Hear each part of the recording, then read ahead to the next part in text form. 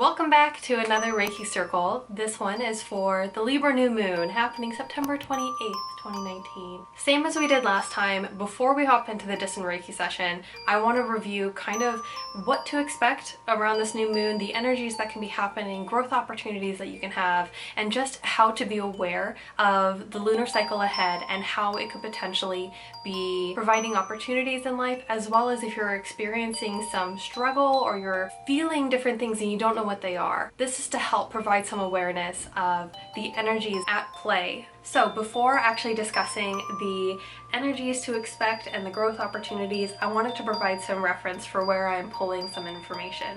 I am not a certified astrologist, and so I did do research to lean on the knowledge and the information that others have been able to provide.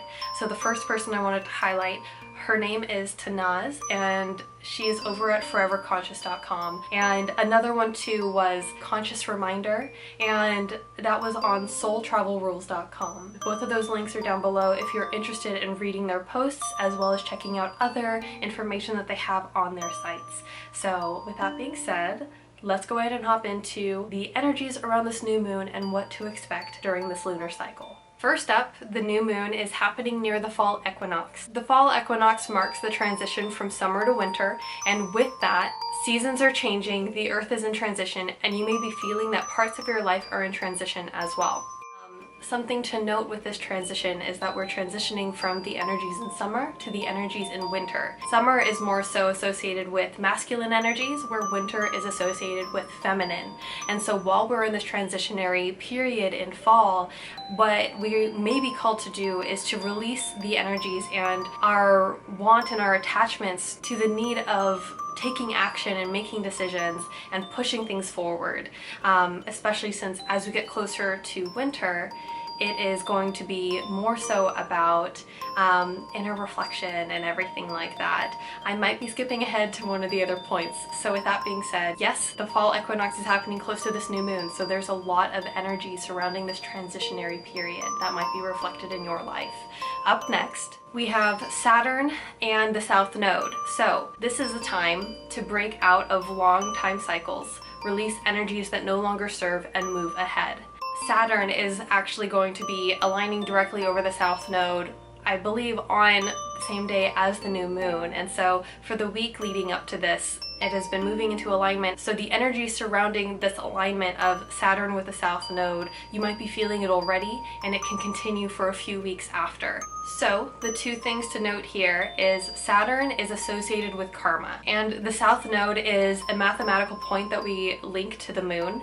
And so it represents all of the knowledge and experiences that we have accumulated through our past lives. And it also helps to show what our purpose is in our current one. When Saturn aligns with the South Node, it brings along energies to help us release the things that we've been holding on to, the things with karmic attachments, and anything dealing with a pattern. And so a way to think about if this could be impacting your life is think about if there are any things that have been recurring in your life and things are bubbling up now. So for example, it could even be like someone from your past reaching back out to you, reconnecting with an old friend, anything like this. It could also be internal behaviors that you've experienced through your life, and it might be like showing itself again. So maybe you have a new opportunity being presented and you're having this internal reaction to it that might feel foreign, or it feels familiar, and it might be frustrating because it's not how you want to be reacting. Keep all of this in mind, because during this time, the energies are stirring that up for a reason, and the reason why it's coming up is in order to empower you and provide a platform through which you can face these, hold on to them, and let them go. Not only is the energy bringing all of this up, it's also providing an excellent platform through which you can work through and release these energies and patterns, so this way you can further align with the purpose in your life. The third point that I wanted to mention in regards to the energy around this new moon is that Libra actually rules over Venus. So during this time, you are encouraged to become more aware of how relationships are serving you and how you are connecting with others. So this new moon may be bringing forward stronger vibrations for our relationships in order for us to become aware of how they are serving us and how we are serving them. And then the final one that I want to highlight is that this new moon is also a super moon. So that means that the energy around this new moon will be amplified. Keep that in mind, because that means that the already heightened vibrations in these different areas could actually be even stronger in some. Keeping those highlights in mind, I wanted to delve into growth opportunities that are presented to us. And so the first one to obviously mention, because it is Libra, is balance. An opportunity is to find balance in addressing your needs and the needs of others. Libra's astrological symbol is the scale, and that obviously is because Libra brings a lot of energy specifically for balance. And so a way to grow during this time is to show more awareness and kind of connect with yourself to figure out how balanced are you, whether it's between you and relationships outside of yourself, your relationship with yourself, and then aside from that too, being able to balance your being not just as a physical human being, but also as a spiritual one, a mental, emotional being. Another growth opportunity right now is to work on letting go. Releasing your need to control the direction of your decisions, and also any attachments to energy that holds you down, holds you back, or stresses you out. Playing on the energies not just of balance from Libra, but also the transitionary energies surrounding the fall equinox. We are in a time of transitioning, letting go of things that no longer serve us. And even then, it's being able to follow the flow of life. And so things that serve you in one season of your life may not serve you in another. And it's about being able to flow and see where your strengths are, where you're being called, and how you are meant to express yourself and connect with others. Another one is cultivating inner peace. Use this time to let go of making decisions based on action and pushing things where they need to be. Instead, turn within for self-reflection, surrender, and go with the flow.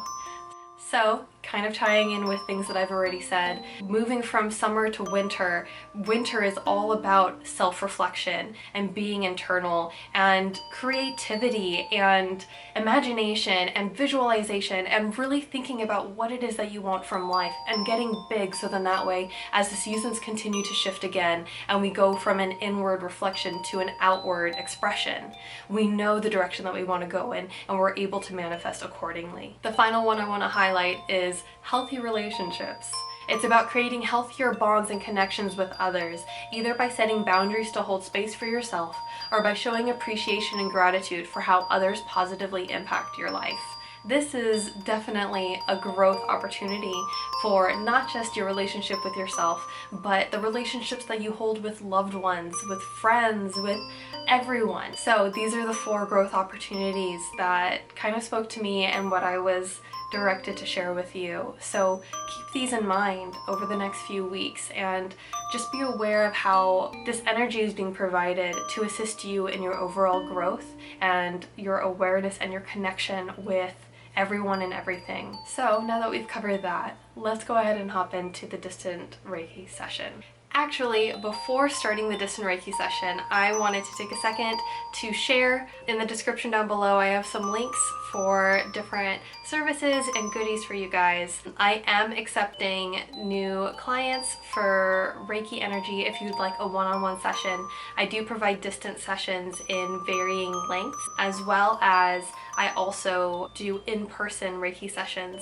So if you're in the San Francisco, East Bay, Greater Bay area, go ahead and reach out to me and we can work on setting something up. Aside from that, I also have a resource library for workbooks and exercises if you are interested in personal development, personal growth, spiritual exploration, all of that good stuff. I have a link down below. One of the big things is actually the Life Balance Workbook that has a bit of information on what it is to be in balance, being able to become acquainted with main life areas that you have, how to set goals and everything. And then aside from that, also have a little questionnaire and everything for all of your main life areas. If you're interested, you can definitely download it for free. And other than that too, other than being a Reiki practitioner, I am also a mindset and life coach. And so if you are interested, or if you've just been looking for some kind of way to organize your thoughts and organize all of the different things that are happening and finding focus and clarity in your life to continue on your journey. Go ahead and reach out. I offer the first free call so we can have a consultation to better understand, one, what I provide, what my approach is, and how I can serve you, as well as what it is specifically that you are looking for in your life, and being able to kind of outline if what I provide can serve you, and if not, I can provide some other outlets and resources for you to check out. But yes, so with that being said, let's go ahead and get into the distant Reiki session. If you haven't already, go ahead and pause this video and find a place where you can sit or lie down comfortably without being interrupted for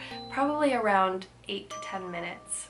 Once that is done, let's take a few deep breaths to fully release anything that we've been carrying through the day, any thoughts that have been weighing us down, vying for our attention, and pulling us away from the moment. So inhale for 5 counts, and exhale. And one more, breathing in, focusing on pulling all of the tension in your body, and then exhaling all of that out on this next breath. Continue breathing deep breaths, noticing where you're feeling any tension through your body. And on every exhale, work on releasing that, letting it fall into a comfortable place. And check in with yourself. Are there thoughts that are still screaming for your attention right now? If so, you do not need to carry them right now. This is a time to focus on your overall well-being and just existing. Continue to breathe deeply and trust that the Reiki energy will go to serving your greatest and highest good, helping to balance any imbalances in your bodies. And with that being said, let's begin.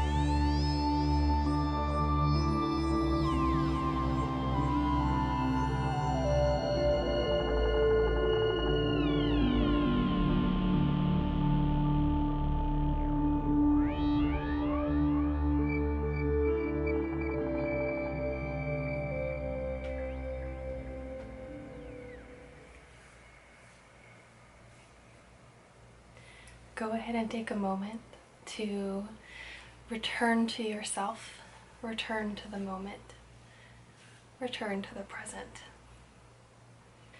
And when you're ready, you can open your eyes, get up, stretch, and know that the energy will go towards supporting you in your greatest and highest good. I hope this coming month and this lunar cycle brings with it everything that you're hoping for and everything that you need to continue on your journey and your growth and stepping into who you are. So until next time, bye.